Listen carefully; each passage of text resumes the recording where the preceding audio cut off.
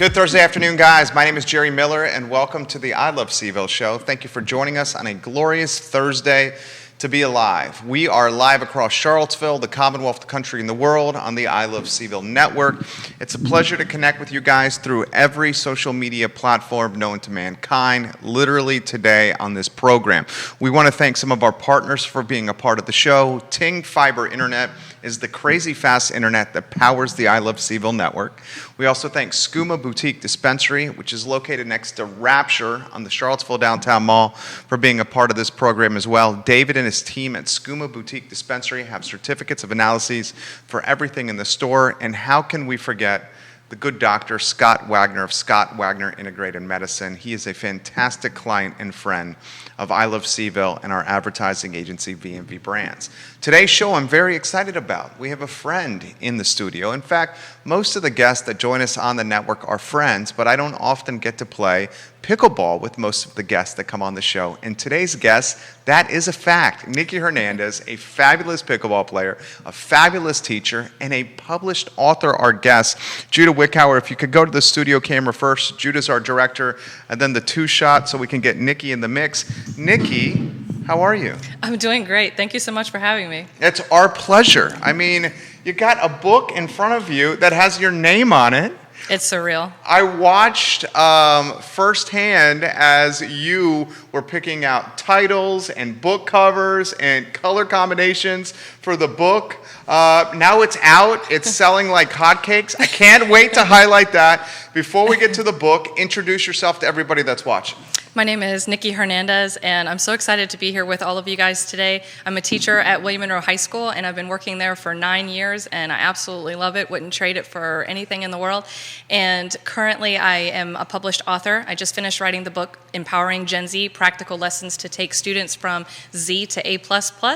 And the book highlights, practical lessons that teachers can use in their classrooms to connect and relate with their students, as well as academic techniques to get the best out of them and to bring out the best of them.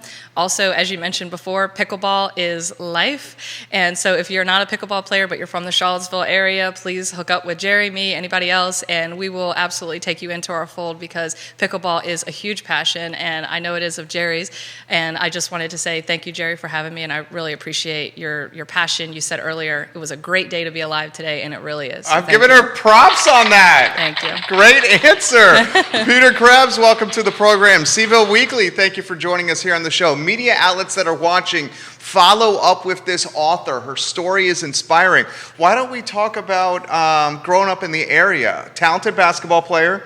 If anyone knows Knikki Hernandez, they know that she loves to compete. Yes. She hates to lose. She goes hardcore in everything she does. Really? Let's give some props to mom. Let's give some props to getting raised in this area and what it was like growing up here. Yeah, absolutely. So I was born in Charlottesville, but Greene County is my home, Ruckersville, Virginia. And I've always been kind of a country girl with a city heart. And so me growing up near Charlottesville and sort of having the opportunity to go to the downtown mall, visit all these businesses, walk the tree-lined streets and see all the amazing diversity in our community and what we stand for, it's been really amazing. And to contrast that with the tranquility of Greene County, the mountains, the beautiful nature, all of that, it's great to really have the best of both worlds and to see that juxtaposition in my life, because I think that it has contributed greatly to the passion that I have for this community, for sure. Great answer. Basketball. How did basketball and competing shape the adult you are today? I would say that I was just telling Jerry, I don't know if you guys can relate to this, but I have a pickleball tournament this weekend, and I asked Jerry if he was playing, and unfortunately he can't play. I can't compete against him, so I'm sad about that. But I told Jerry, I said, yeah, the other teams are going to have to kill me to beat me, so because that's the kind of fire that basketball and other sports and things like that has brought into my life, and I love winning. I love playing sports. I love competing, win, lose, or draw. And when you have the opportunity to be under pressure, I think a lot of people kind of get scared at that and nervous, and they hold back. And I've experienced that myself in my life too. But now that I'm a little bit more mature and I'm a little bit more experienced. I'm just ready to go at pickleball for full force, and basketball really helped to forge that path. So I'm really thankful for that, the opportunity to play basketball, and all the coaches that I've had, the support from my family, my teammates, everything like that. It was a lot of fun, and I want to support the girls that are currently playing now too, and say, reach for the stars, keep going, get that D1 scholarship, whatever it is that you want, you can set your head to it, you can absolutely do it, for sure. What age students do you teach? I am a high school teacher, so Okay. primarily sophomores, juniors, and seniors, but I do have some freshmen in my classes this year, so the whole high school gamut. Do you see that same competitive fire and the want or the willingness to be great at everything you do with the generation you're teaching now? Because I would imagine if you're like, putting your pants on, cooking breakfast, playing pickleball, playing basketball, you want to be the best version of yourself in literally in everything you do. Is that the case now for today's generation? That's an interesting point. What I see with Gen Zers that differentiates them from me personally, and maybe even I would say from Gen X. Gen Xers, if you are a Gen Xer, you know that you're probably pretty ambitious. If you're close to being a Gen Xer, you're probably pretty ambitious in your life, and you care deeply about success, your own success and the success of your children, if you have any. What sort of separates Gen Zers is that they are very competitive, and they light up when they're doing something that they love. So I've seen Zers in school where you see them on an everyday basis, and they might be sort of a plain Jane, and they're very quiet, very reserved, non-confrontational. They're super polite, and then all of a sudden, you put them in an environment that they care about, whether it be dance, sports, writing, singing, anything that they love, and all of a sudden they go from on, or off, I should say, they go from off to completely on. They're like a light switch. So they'll be totally off one day, and then as soon as you put them in that environment where they are passionate about something, that light switch gets turned on, and they're almost like a completely different person. It's like, who am I even watching? So I would say that Gen Zers are definitely competitive and passionate about what they do. They love elements of competitiveness in the classroom. They definitely love that, for sure. But all in all, I would say that in their regular life, they're not really like that. But as soon as you put that spotlight on them and they're doing something that they care about, they light up like Christmas trees, for sure. Judah Whitcower is our director. Judah, if we can go on the one shot with Knikki here, and if you can hold up your book, I would love people to see the cover. I love the design. It's empowering Gen Z, and the tagline is practical lessons to take students from Z to A++. She's the author, Knikki Hernandez. What was the inspiration for the book? The inspiration from the book came from my mom, and earlier in 2020, when school shut down and the pandemic and everything happened, I started to realize that I needed a creative outlet. And one day, impromptu, my mom and I were having a discussion on the generations and the differences, and the differences in communication styles, philosophy, behavior, ambition, things like that. And I was like, oh my gosh, you're totally right. I never thought of this before. And so when I started to teach again and get back into the classroom, I started really focusing in on my Zer students, almost to the point of like studying them. Like they were studying what I was teaching, but I was just as much captivated by how they acted, how they responded to things. And so in the classroom, it was sort of trial and error. I would try certain communication techniques. I would rephrase things in different ways, and I would see what would make them smile, what would make them light up, what did they need from me that was different than maybe I thought. And so through my studies and through these conversations with different people, including my mom and all these people that are around me, I said, I need to write a book on this and share some of my life experiences and real life experiences with teachers. And also, even though the book is about Gen Z, I recommend that if you are a Zer, that you read it so that you can actually know what's being said about you. Because I know you're probably curious about that as well. And also this book will give a tremendous amount of insight, if you're a Zer, into your own self. Like, you're gonna read some of the stuff and you're gonna be like, that is so true. I never thought of it like that before. So even though it's not geared towards Zers, I would highly recommend it for Zers as well. But it's really cool. So I had the pleasure of knowing you for a while here. I would say that you are a people person. You're well liked. You have the gift of human connection. I would think, and I don't want to assume, that's why I'm asking, you got into teaching as much to mold minds and to kind of help the next generation as it is being around people as well. How difficult was this COVID year when school was not a reality for someone like you?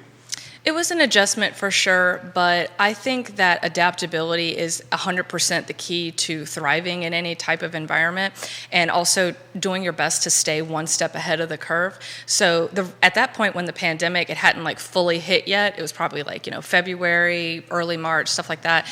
The writing was on the wall. The writing was on the wall as to what was going to happen. Schools were closing like dominoes, and it was just falling one after the other in different states. And so I said, we're going to go virtual. That's 100% what's going to happen. And so we did, and I felt I was already ahead of the game in that way because I had already planned all my virtual lessons. I've taught virtually for a long time outside of school, just extra tutoring gigs and things like that. So I already sort of knew what to do and was able to adjust, and I didn't feel like I needed to wait on, a mandate, or I didn't need to wait on that email telling me what I should be doing with my students. I was already like there, and that's because of the flexibility and the living with intention and living every day, living with purpose and planning and thinking, okay, what am I going to do to stretch myself today? What am I going to do to push myself? Like, I want to push my students and I want to expand their boundaries, but I also have to do the same for myself. It's only fair. So it was definitely a challenge, and it was an adjustment to not be with my kids every single day. But for me, the expectation stayed the same. I was going to do what I was going to do no matter what happened. How did Gen Z and your students respond to virtual versus in-person? If you could put in perspective the learning curve and then how they've embraced it now. That's an interesting question. So Gen Zers, they're going to take most of them. They're going to take the path of least resistance. So, and that's because they're a very compliant generation. They're non-confrontational. They're going to generally take the path of least resistance when it comes to stuff like this. So, when it came to virtual learning, I think what a lot of students found was that they were overwhelmed with the sheer volume of work that was given to them, because what some educators were doing was trying to compensate for the instructional time in the classroom with more work, if that makes sense. So the students were feeling bombarded by all of these assignments, and they were trying to adapt. Some adapted very well and realized that they loved the autonomy of being able to make their own schedules, being at home, wake up when they wanted to. They realized that I love taking classes and doing my work on my time and on my schedule, and I can adjust things the way that I like. Other students, they struggled because they didn't have the guidance there to help them navigate this situation. And so for parents, I would say the number one thing with Gen Z is, instead of being their friend or being their foe, it's to be their guide. That's what they really need. So I would say, depending on the parents and the home life, that would be the determining factor for how they responded to virtual learning, I would say. How about teachers? I mean, how hard was this for teachers to do? We've had some teachers on the program, and they describe virtual teaching and virtual learning as considerably more difficult than in person. Was that the case for you?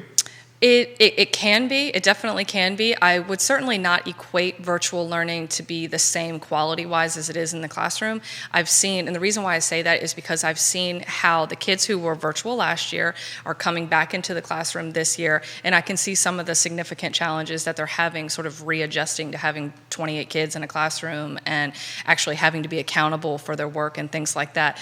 Because online learning, you have a lot of flexibility in terms of digital assignments, Quizlet, all these different teacher resources and student resources and things like that. And so what I mean by that is you can just look up the answers to a quiz or the test in a second and then just sort of submit that as your work without actually knowing anything, without actually having learned anything or even really participated.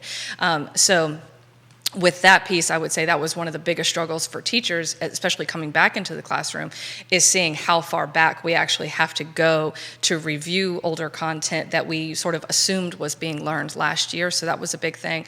But I would say that for the teachers that wanted to go virtually, there were a lot of us out there that we were ready, we were prepared. For some of the other teachers, I would say, like, if we're talking about the generational differences, your baby boomers probably would have struggled a little bit more simply simply because of the technology piece, not because they're not good teachers, not because they're not competent at what they do, but just because of the technology piece. That would have been challenging because there was a lot to learn in a very small amount of time. So for some teachers, depending on their comfortability with adjusting to the virtual environment, would either excel or they would sort of founder a little bit. You got questions coming in. Can we take questions from the audience? Please. Nina Davis has a question for you. Jerry, please ask your guest if this has been her most difficult year of teaching so far. I would say that it has its own set of challenges. The most difficult year for my teaching career was my first year, and I think that's pretty standard for most teachers, is that their first year is usually like the biggest wake-up call of what teaching in a public school anyway really is, and it was very difficult for me. I think that it went smooth, all things considered, but that was the most difficult year. This year has its own set of challenges, and the biggest challenge that I am personally seeing is that the quality of the students' work is not what it was and not what it would have been had we not shut down schools. And so, I think that that's the biggest challenge for me, is trying to figure out, okay, how do I get my students at a point where they are successful academically, they're reading really well, they're writing really well, they understand the complexities of language, because that's what I teach Spanish, and also English as well. So getting them to understand the complexities of language and sort of reinvigorating their passion for education, because Gen Zers are very, they're very passionate about knowledge, obtaining knowledge in life that is going to be practical for them and that's going to be relevant for them. So to reacclimate them back into the classroom environment and teaching them, okay, this is why this is relevant to you and this is how this applies. Now let's take all the knowledge that I'm teaching you and let's go practice, let's go apply it, and doing it in a way that resonates with them to get them back and focused and restored to who they would have been had this not happened. That would say that's my biggest challenge, and it is significant. It is a significant challenge to overcome. More questions for you. So guys, our guest, Knikki Hernandez, she's a teacher, she's a published author, a teacher at William Monroe High School. This is from Kevin Higgins, who's watching, and Kevin, we love when you ask questions. He says, Knikki, right now, what do our kids need the most from school? 100%. So I would say that what kids need the most from school right now is boundaries. They need boundaries and they need guidance. And so I would put it in this order. Boundaries first, guidance second, third, inspiration. Those three things they absolutely need. So the boundary component, Zers are a generation that they're going to struggle with boundaries a little bit, as does my generation, the Millennials. Millennials, we struggle with boundaries. We think that there are too many boundaries in the world typically. And Millennials, it's interesting, they like to impose boundaries, but they don't like boundaries to be imposed on them, and that's so true. I know how it is.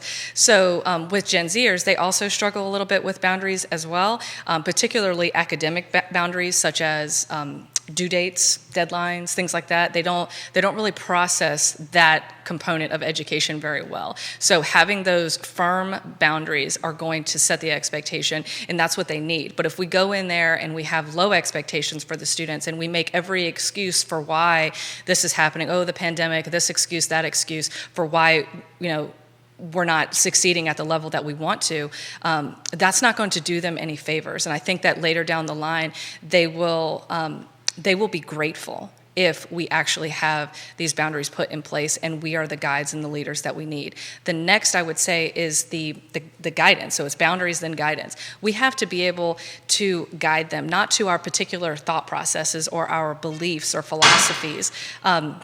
For example, like I don't preach what I believe to my students, and I don't try to make them agree with me. I guide them by asking them questions, by saying, okay, do you think this is reasonable? Where did you get this information? And I talk about this more in the book, but I basically map out how you can ask a Zer questions to get them to come to their own conclusion and expand their own horizons. Not to get them to conform with us, but to expand their own horizons. And so that's the biggest thing with guidance, I would say. The third thing is inspiration, and I would say by far, my students, every day in class, they love the inspirational speeches that I give them. So every day, I spend the first 5 minutes of class giving them some sort of motivational, informational, or inspirational speech about something. nothing. And I'll talk about, how to ask for a raise. If you've been at a job for a while, how do you do this? Like, how do you communicate in a polished, sophisticated way? And like you're doing. I'm trying. I try. I'm a millennial, so I overtalk. I know that. But so that's what we do. But with the Zers, teaching them how to communicate is a really big thing. They love that. They get inspired by that. And also I try to do this like every week or at least every other week, but I highlight my students' businesses. Gen Zers are a very entrepreneurial generation. Lots of them have their own Etsy stores. Really? Some of them have their own like internet bakeries. Like I have lots of students that do these things. It's really incredible. And so I'll take these businesses that my students are doing and I'll highlight them to the students in my class, and I'll say, hey guys, look at what Kevin's doing, look at what Jeffrey's doing, look at what Jackson's doing, look at what Chris is doing, all these people, look at what Jenny's doing. And I'll show them their websites, their businesses, and they get so inspired by that because they love the idea of being independent, being an entrepreneur, making their own money, being their own boss. That's what Gen Z really wants. They want to have the ability to design their own lives. Knikki Hernandez crushing it right now. More questions coming in. This is from a mom. We'll acknowledge some of the viewers. Neil Williamson is watching. He had 2 kids graduate from William Monroe High School. Fantastic. Ray Cadell is watching. He had 2 sons. I know his sons. Yeah. I graduated with 2 sons graduated. Who'd you graduate with? Petey. It wasn't, okay, I thought it was Petey. 2 sons of Ray's graduate from William Monroe. You got the Greene County Record watching you right now. Oh my Greene gosh. County Record gave her props and some recognition for her book, which we will get to in a matter of moments. CBS 19, welcome to the broadcast as well. Kevin Higgins says Knikki will be on the national stage soon. She's inspiring. She just nailed it. She's in the right job. Absolutely. This is a question from Jennifer, who's a mom of 3. Right. Jennifer has this question for you. Okay. Miss Hernandez, she says. Okay. All right. Call me by my teacher name. I like it. It's Miss good. Hernandez. Would you say that the current students are behind where they should be from a curriculum standpoint because of COVID? And if so, how far behind do you think they are? And lastly, how do we catch them up if they are behind? Absolutely. So I have a whole entire presentation devoted to 2022, can't speak, goals for this year. So for any parent, educator, teacher, anybody who wants to know or have a plan that maps out what we should be focusing on as educators in the event that we do think our students are behind, this presentation sort of maps it all out. So to go over some basic points, I would say that reading by far, and I'm so grateful to my mom and my dad and my grandma and my grandpa for everybody who helped me to learn how to read and develop a passion for reading when I was younger, because it has enabled me to research things, to find, if I don't know the answer, I know that I can go to a book, I know that I can go to somewhere, I know that I can figure it out. And that all comes from the confidence of being a good reader. Gen Z is they struggle with reading. Could be because of the technology component, things like that, but also because I would say that phonics at the younger grades is not emphasized in the way that I feel that it should be. That was the foundation for everything that I like, for writing, for reading, for communicating. Reading is the foundation of everything. It's the foundation of your vocabulary, how you process information, how you communicate, how you understand the complexities of language, your vocabulary, everything. Reading is the core. It's the absolute core. And so to compensate academically, I would say, understand that every day is not going to be perfect. These issues that we're seeing, they didn't happen overnight, and they're not going to be resolved overnight. So patience, giving yourself grace, understanding that every day is not going to be perfect in the classroom, it's not going to be perfect at home, and saying, you know what, that's okay, because I'm going with the flow. We're going to figure this out. We can, we will, and we must. That's like sort of my mindset about like everything. We can do this, we will do this, and we must do it. And so reading, I would say, is the thing that I would focus on. I'm not a parent, so I don't want to answer as a parent, but as a teacher, I would say, hands down, number one, we have to focus on reading, and we have to focus also on vocabulary. So I'll give you an example. My mom asked me this really great question one time. It was a multiple choice question. We love you, Carla. She's fantastic. Love you, Oh my Carla. gosh. Oh my gosh, if she's watching right now, I think she is. Yeah, she probably is. She's the smartest person I know, and it's really unbelievable. But anyway, so with her, she asked me this one question. She said, "How do you think a Zer, a Gen Zer, I call them Zers, would classify their communication style?" And it was blunt, direct, agreeable, and polished, I think were the 4 words. And so I said, you know what, I'm gonna do a little experiment. I'm gonna do a little testing, a little survey. So I went to my students and I posted that question on the board. I said, guys, we're gonna take a vote today. How would you, out of the following 4 words, how would you describe your communication style? And like 90% of them said blunt or direct. That was the Zers answer.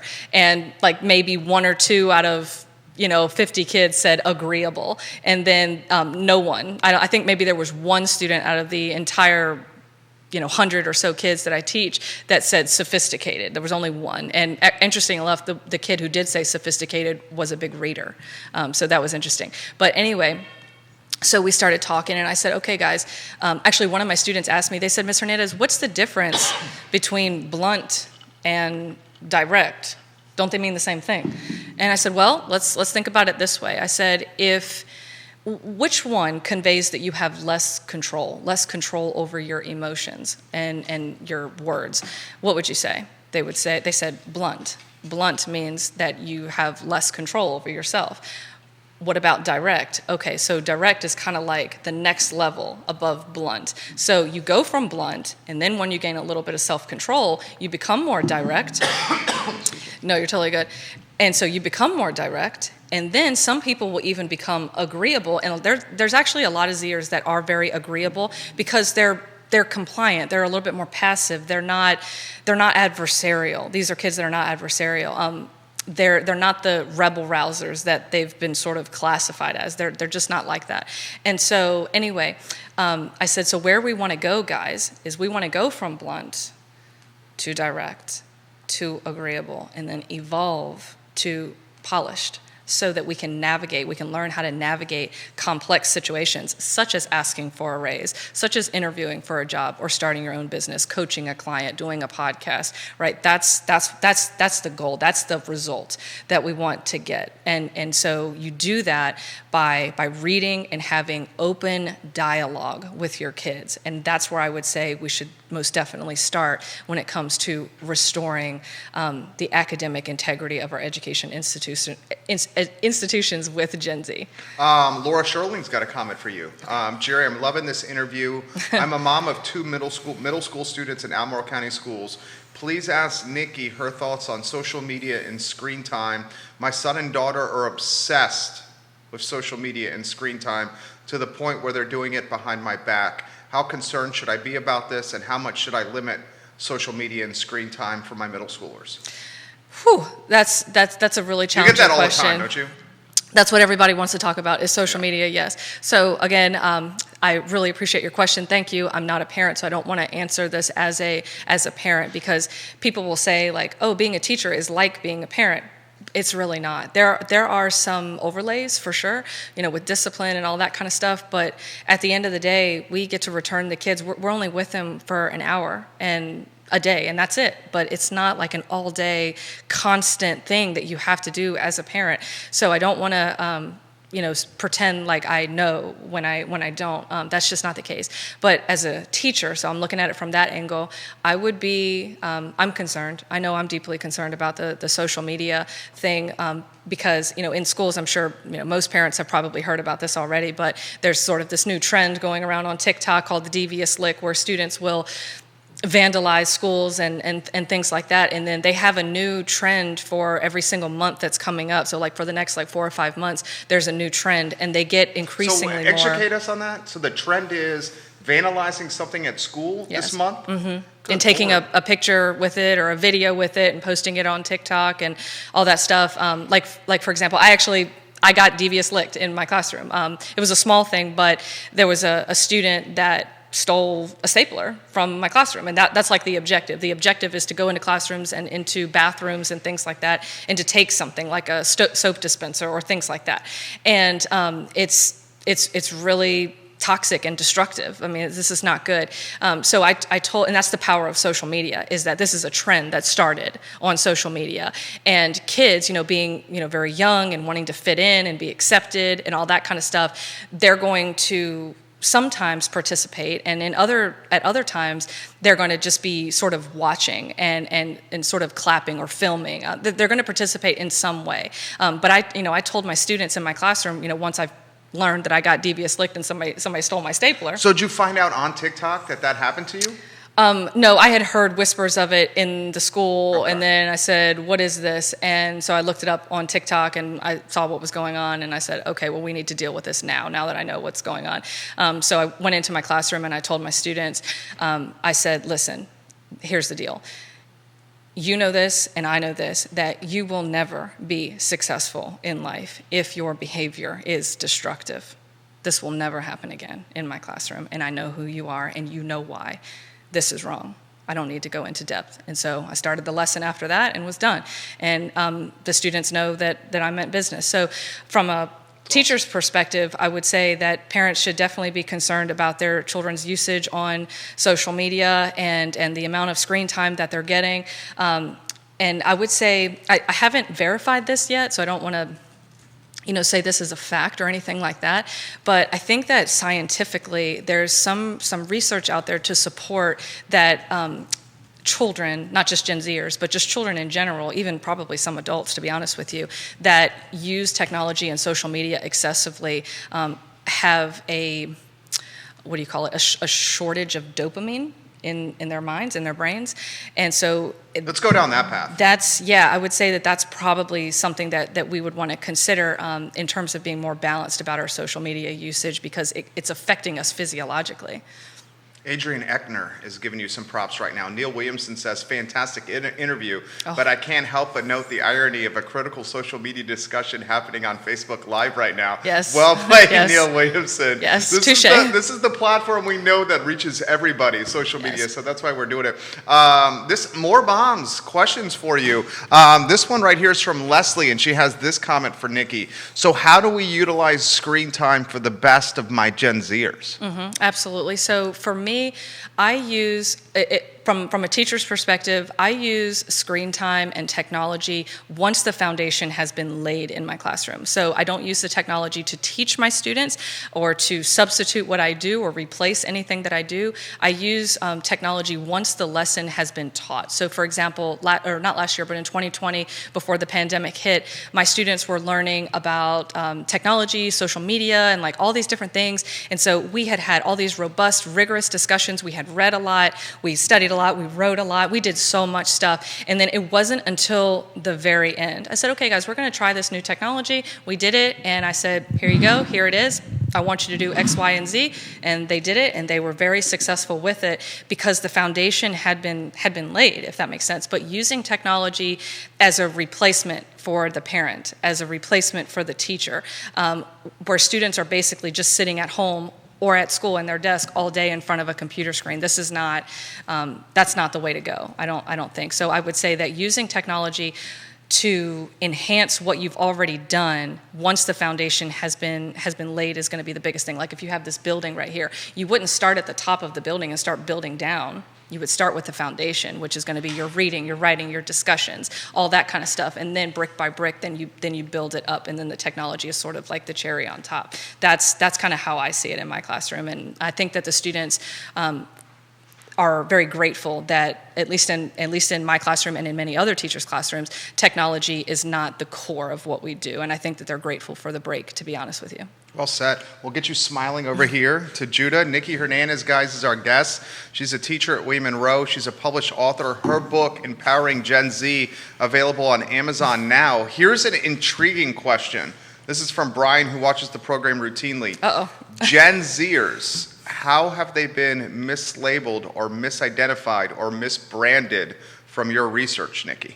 That's a great question. So with a lot of Zers get the reputation that they're rebel rousers, that they're destructive, that they're out here destroying cities and buildings and things like that. I would say that that's most definitely not the case. I would say that for Zers, by and large, they're a passive, they're very passive generation. They're non-confrontational. They will avoid confrontation at all costs. I'll give you an... Why do you think that is?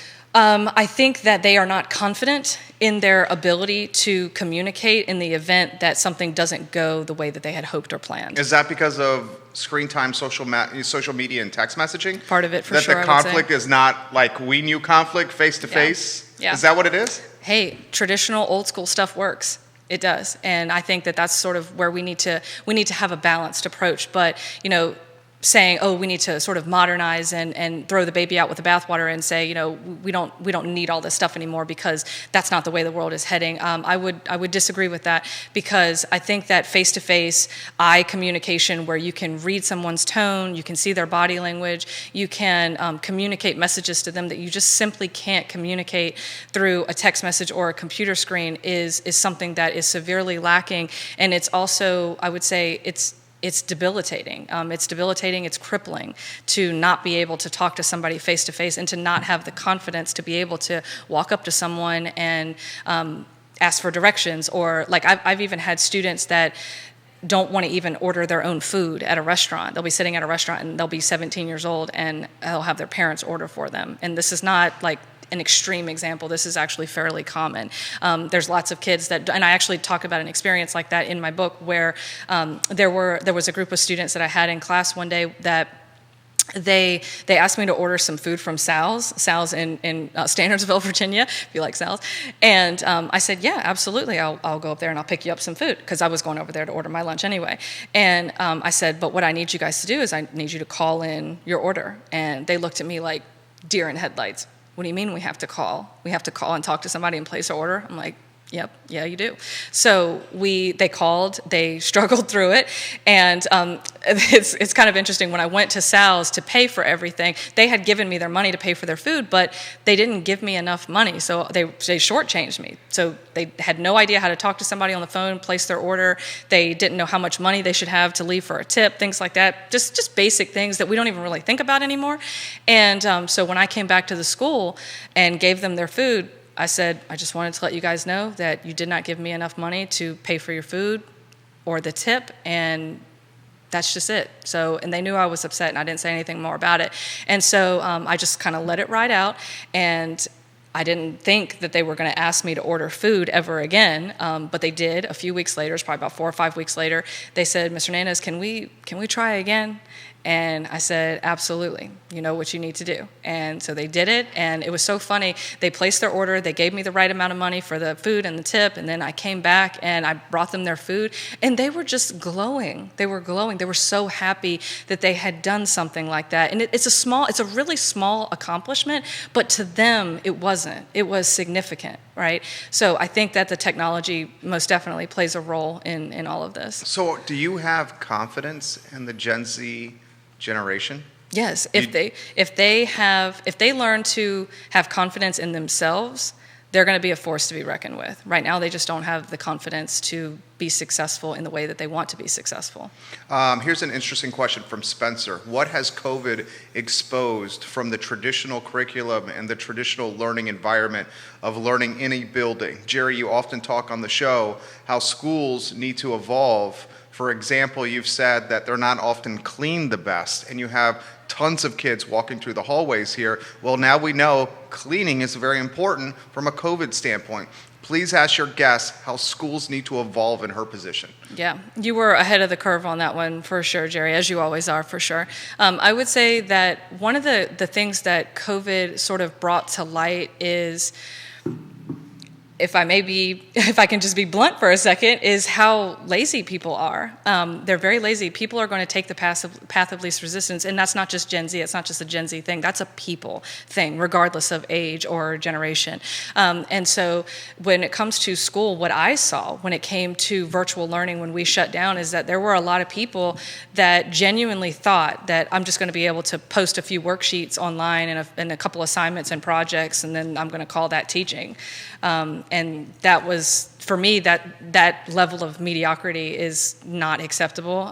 That's something that my dad and my mom, like, they really hammered that in on me, that you do not go into anything that you do with mediocrity in mind. And I think that the COVID situation highlighted some of the really amazing teachers who are, like, especially at the elementary school level. There were so many elementary school teachers that, like, stepped up to the plate and did ridiculously amazing things to communicate with parents, to help the kids that were struggling. I mean, it almost brings a tear to your eye to think about how much they cared and how much they sacrificed to fight for their kids, for their students.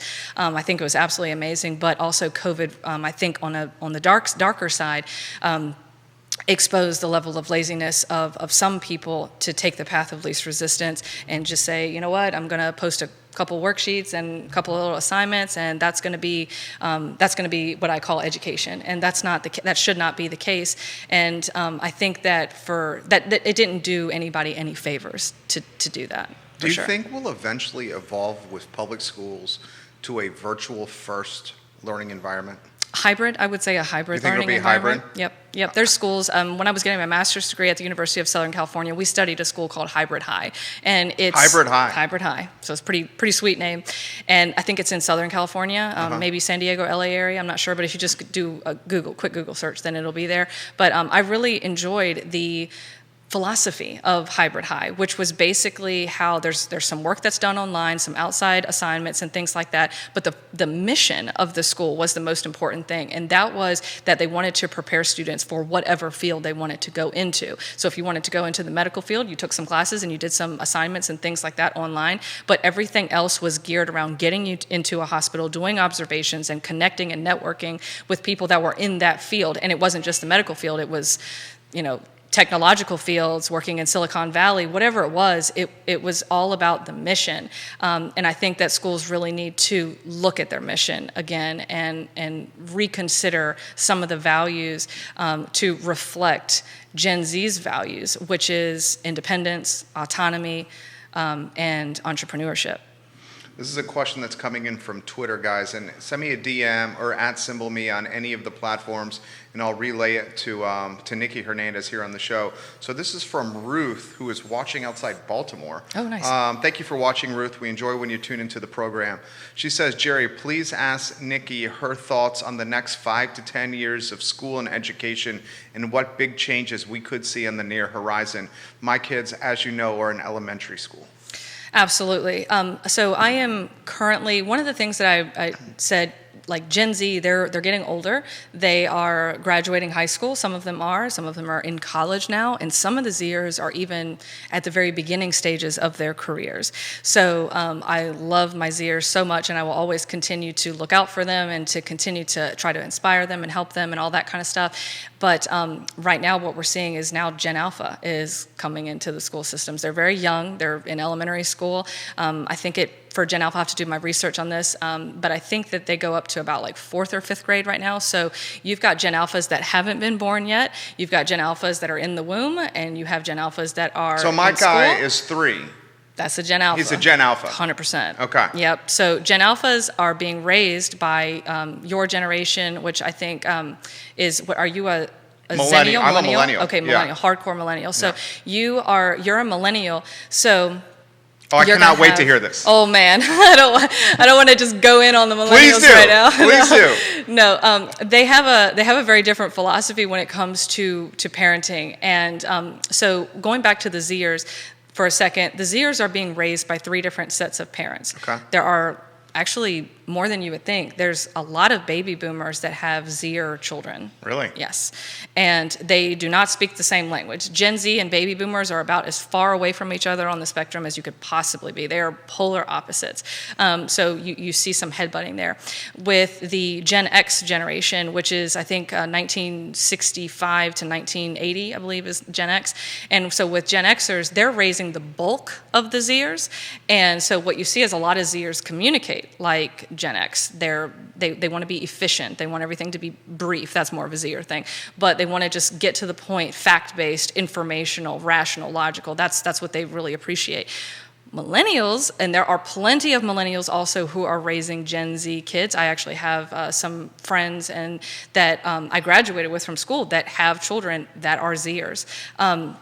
Which is hard for me to believe, but that's what it is. And even sometimes they will write me on Facebook like, how do I communicate with my kids, because I feel like what I'm saying isn't resonating with them. It's not getting through to them.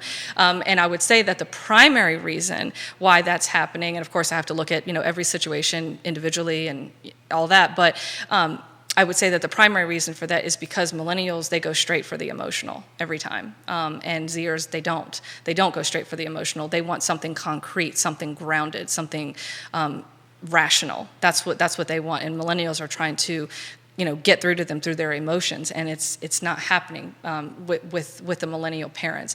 Now, Gen Alpha, because Gen Alpha is going to be raised primarily I guess maybe it was a Freudian slip, but Gen Alphas are going to be raised, in my opinion, to be like millennials. And I'm a millennial too, so I get it. And so millennials, we are, if you're a millennial and you have children, every generation is like this, but you're probably going to raise your child to be like you, right? Because we love ourselves. We this, especially on the pickleball court, we have big egos. We got big egos. And so we love ourselves, and we want our children to sort of be a reflection of us, for the good and for the bad. And so I think that what we really need to do as if you're a parent, is to take this step to be more logical, to simplify things, and not necessarily try to, like I see this a lot with millennial parents, they'll be talking to their child that's 3, and they will rationalize with them. A 3-year-old can't rationalize. They don't. How so? Jerry's getting mad at me. No. I'm learning. I would say that a 3-year-old kid, they can't process logic and debates and arguments and persuasion and rhetorical language and research and all that kind of stuff that millennials are known for. They can't process it at that age. So the key, when we talked about what was the number one factor that I personally believe that schools need, is boundaries. And the millennials, as parents, they don't want to set a lot of boundaries for their children, and we see that. I think every teacher can vouch for me on that. We see that, especially the teachers of the younger kids. They see that a lot of the parents now are quick to blame the teacher, or quick to come up with some justification or rationalization for their child's behavior. When in some cases, I'm not saying all cases, but in some cases, the kid really just needs you to have boundaries, and I think that that's a big issue with millennial parents, for sure. Here's an interesting question. This is from Mark, a father of 2.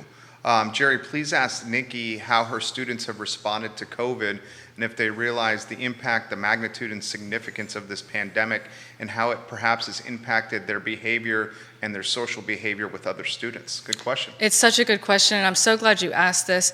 So I'm on TikTok, and I just posted a video maybe a week ago, and it wasn't on COVID, it was on 9/11. 9/11, was just a few weeks ago, and so I was asked by a student in one of my classes. They said, Ms. Hernandez, how do you think that 9/11, sort of these disasters in the world, how do you think that it impacted our generation, Gen Zers? And I told them, I said, well, first of all, I would say that I think that a lot of Zers have they have the belief that they don't really have a future.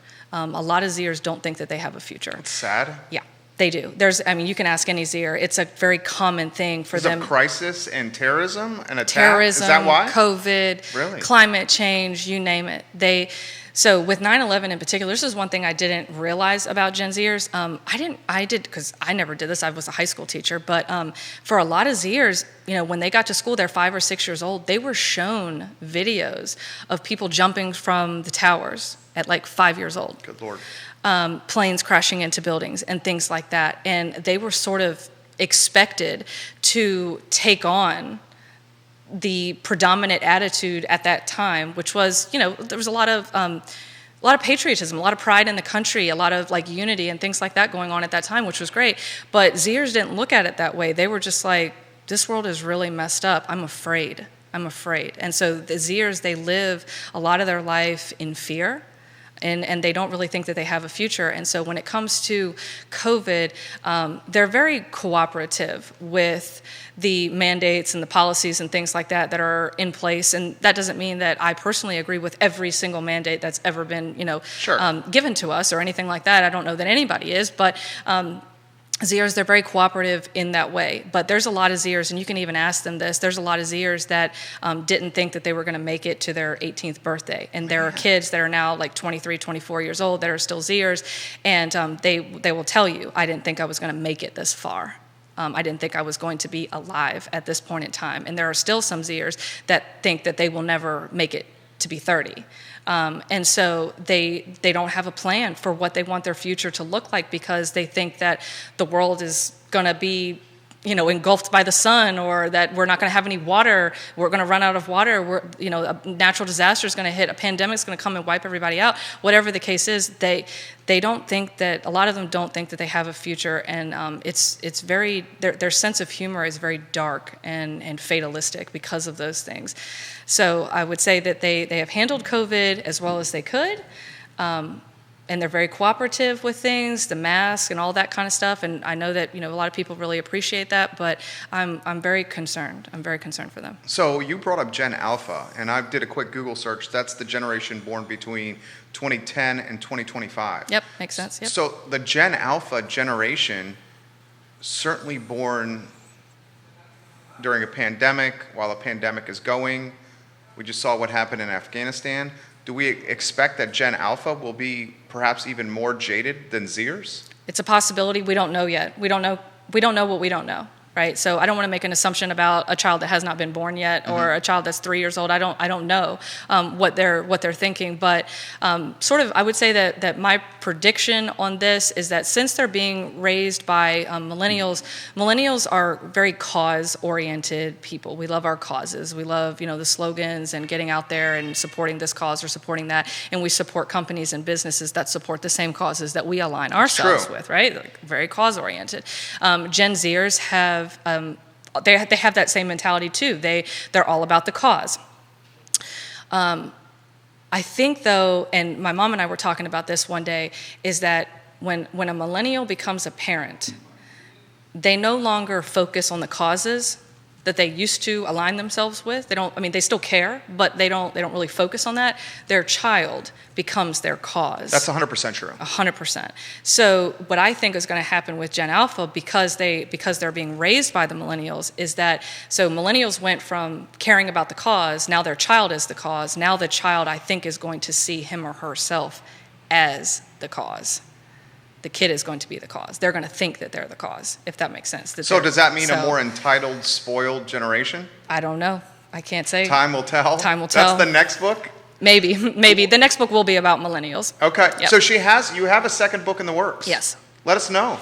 I don't have the title or the cover or anything worked out. It's really in its infancy stages right now, but it is going to be about millennials and sort of the trials and the trials that I've gone through in my own personal life, and also the trials that I've seen other millennial teachers and friends and things like that, even some millennial parents go through, and what I think they could do to simplify their lives and to make it better, because I think that millennials, and I know that I have many. I sympathize. I can definitely. You sympathize. are a millennial. Yes, I sympathize with our cause, and like.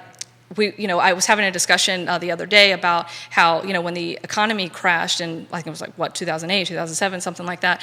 I graduated college in 2010 and high school in 2006. So, I had this idea in my mind that my future was going to be so bright and that I was really going to be super successful in life and I was going to flourish and make a lot of money and, have a job that I really cared about and all this kind of stuff. And I do have that. I do have the job that I care about. But flourishing, at least early on, that was not the case. And I think that a lot of millennials, when the economy crashed, we were promised so much out of life. And when everything just kind of came apart, we came apart too. And it felt like a massive slap in the face to our generation. And so economically, our generation really struggles. We I don't know that the majority of millennials have recovered from what happened in 2008 with the economic crash. We're still working our part-time jobs. We've got all these jobs on the side, trying to hustle and all that kind of stuff. Student loan debt. And I have lots and lots and lots of student loan debt.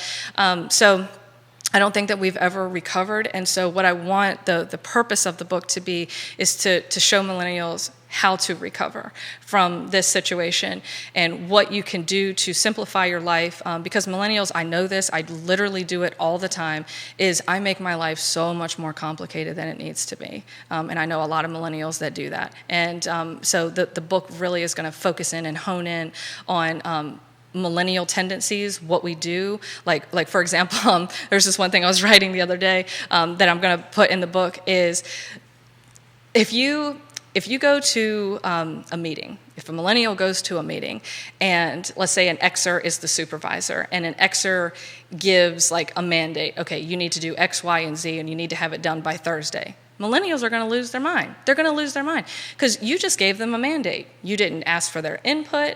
You didn't collaborate with them. You just gave them a mandate. And millennials do not respond well to mandates. Neither does Gen Z.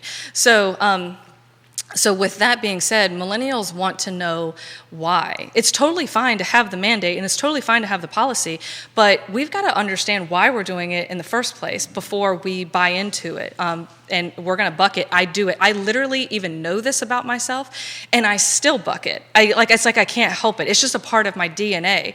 I'll look at something and I'll say, well, this is stupid. I'm not doing it. It's just a millennial mindset. But that was because I wasn't consulted.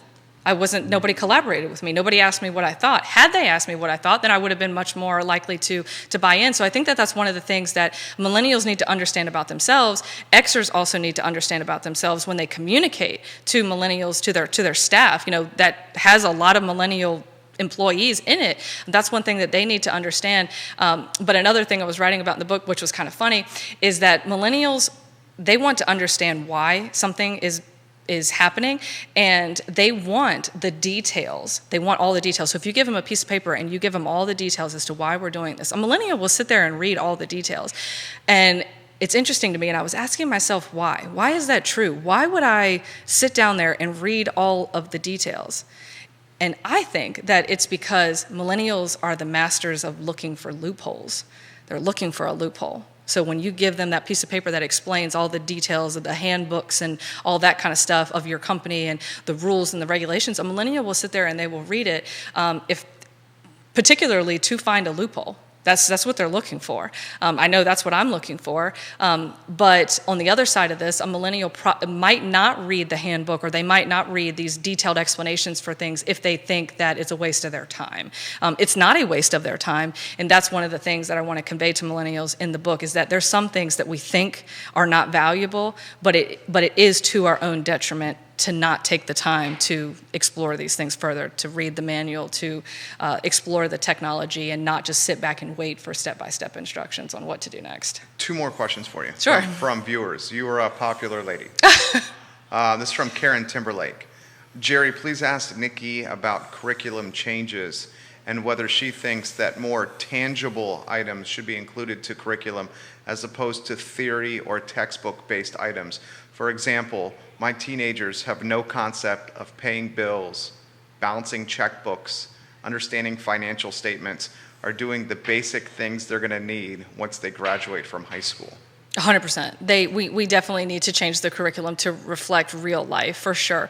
And part of the reason is because Gen Zers, they don't process things like philosophies and theories and things like that very well. That's a millennial thing. We love our theories and our philosophies and our debates and philosophical differences and to have deep conversations. We love that kind of stuff. Zers, they're not like that. They're not like that. They want to talk about something that's real, something that's happening around them, but the theories and the philosophies and all that kind of stuff that's not really grounded in something, they're not about that. So if you're a parent or a teacher or something like that, most definitely, I highly encourage you to look at your curriculum and to try to incorporate some of the the practical lessons in it, for sure. Like, for example, I love cryptocurrency. I think it's really amazing. Cryptocurrency has really nothing to do with Spanish in particular, but I'm in the process right now of designing a lesson plan that talks about how, I think it was Ecuador adopted Bitcoin as their national currency. So that's something where I can take something that I'm passionate about, something that's concrete, something that has to do with money. Zers love to talk about money because they're entrepreneurial.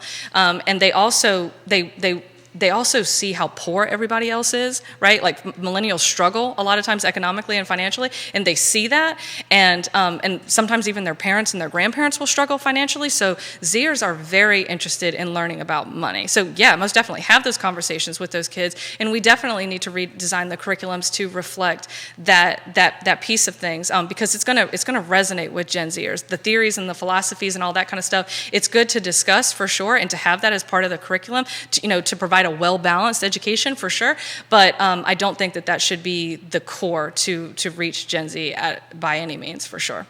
Knikki Hernandez is on fire here, guys. Absolutely on fire. So multiple people asking where they can buy the book. I'm asking as well. Judah Wickhauer, our director, is going to Amazon. He's going to get the photo of the cover of the book to put on screen. Thank you so much. I appreciate that. Tell us about the book. Tell us where we can buy it, and tell us what we can expect next from you, published author. I'm so excited. So I would say that for me right now, the book is available on Amazon, and you just literally go to Amazon, and if you type in Empowering Gen Z, I think if you just type in those 3 words, like, it'll just come right up. I just did that. Yes, it does. There you go. So just type in Empowering Gen Z. It'll be right there. The cover has a big Z on the front, so if you didn't know. So it's right there, and then that's the only place that I'm selling the book right now is on Amazon. So that's the only place you'll find it. You won't find it at Barnes & Nobles or anything like that right now, just on Amazon. But as far as like what's coming up next, I don't know. I'm really excited to just kind of see where the second book takes me, and we'll see how long it takes. I don't know. I just kind of like to go with the flow of things. I know that I will probably be teaching, and I'm trying to offer, if you go to my Facebook page, Knikki Hernandez, and you just like click on the link below my profile, there's lots of like trainings and resources and things like that, generational communication resources, and that 2020, 2021, or 2021, 2022 training that I have for goals for teachers and how to like revamp their classrooms to restore the students' academic integrity, things like that. That's all there. So if you just click that link, you'll see some of the resources that people can have access to, for sure. And I would say more of that is to come down the line. Do you think you're a teacher long term? I would say for as long as they'll have me, for sure. Which I think is forever. But I mean, you have so many talents here. You connect with kids, you connect with the next generation. You're an author. You clearly have the gift of vision and seeing down the road, which is a gift that can apply to so much. I mean, what would be some of the passions outside of the classroom that you would consider pursuing? Absolutely, consulting, coaching. Yeah, consulting would be right up your alley. Yep, I love this whole thing. Like, as a millennial, we love to have a voice, right? That's why you and I are here. We want to talk. We want to share our ideas. We want to have a microphone. That's what we do. So to do something like that, to give presentations on all these topics and to educate people on the generational differences, I think would be something that I would be really interested in. And I've been doing a little bit of that on and off for different organizations. I just filmed a course for an educational institution in the Philippines, and it was really cool. They were really excited. They asked me to come back and do another presentation, so I'm excited about that. Just did another presentation for another educational company that talks about Gen Z and how to relate to them, and that was specifically geared towards language teachers, but I could tailor it to meet any teachers need. A math teacher, a science teacher, an English teacher, could tailor it for them as well. And I think something like that would be really cool, for sure. You're amazing. Judah, if we can get the book back on screen, you guys can find it on Amazon. Let's support this fantastic teacher and this author. Her book available for purchase on Amazon. It's $12.99? $12.99. Such a reasonable price. I hope so. You said it well. Folks, we will perhaps welcome you back again. Thank you. If we can. I would love to come back. She's fantastic, guys. Knikki Hernandez. William Monroe is lucky to have her on the roster. Karen, thank you for watching. She says, bravo. Watch the interview from start to finish. Thank you, Karen, for that. That's awesome. Thank you. Tomorrow's show, we have a good one. We have a mom that's running for Charlottesville School Board. She's going to join us. Her name is Leah Puryear. She's going to join us at 12:50. And we also have Thomas Miles, who's the Buckingham government representative, to talk about CenturyLink and how CenturyLink is doing a fatal service to residents in Buckingham, Southern Albemarle, and Fluvanna from an internet connection standpoint. This is crazy to think about, especially in an area as affluent as ours. But there are citizens in Fluvanna, in Buckingham, and Southern Albemarle that literally do not even have a working home phone, let alone reliable internet in their house. And this is at a time during COVID where COVID has made internet access almost a public utility and a necessity in life like running water. So we're going to highlight some of the challenges of the citizens in Fluvanna, in Buckingham, and Southern Albemarle County tomorrow with their government representative, Thomas Miles, and then we'll interview a school board candidate for Charlottesville school system. Education is on the brain. As a parent of a 3-year-old, I want to learn as much as possible so I can, as Knikki said, make our cause, our son, even better as a little guy. Thank you for joining us. Thank you to Knikki Hernandez. Thank you to Judah Wickhauer. This is the I Love CVille Show, where we feature the best of Central Virginia across social media here on the I Love CVille Network. You guys have a good afternoon. Take care. Dude, Knikki, crushed it. Thank you. You were so good.